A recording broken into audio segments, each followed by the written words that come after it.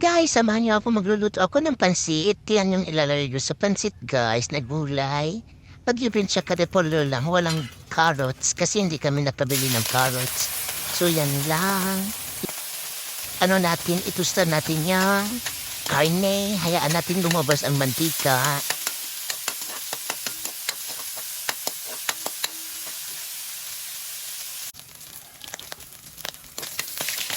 At kapag itusta na natin, ilagyan na natin ang bawang at saka ang sibuyas. So ayan.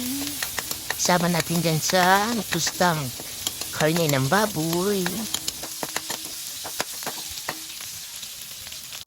At lagyan na natin ng tubig. And timplahan natin. Lagyan na natin ng toyo.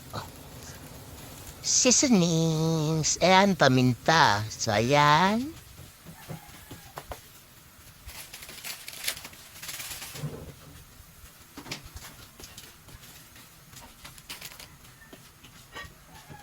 At ayan, ilagay na natin ang pansit. So ayan, hayaan natin na ma-absorb ng pansit ang sabaw.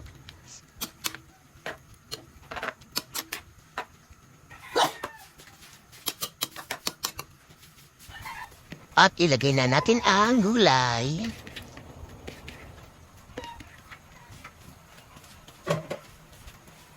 At halu-haluin.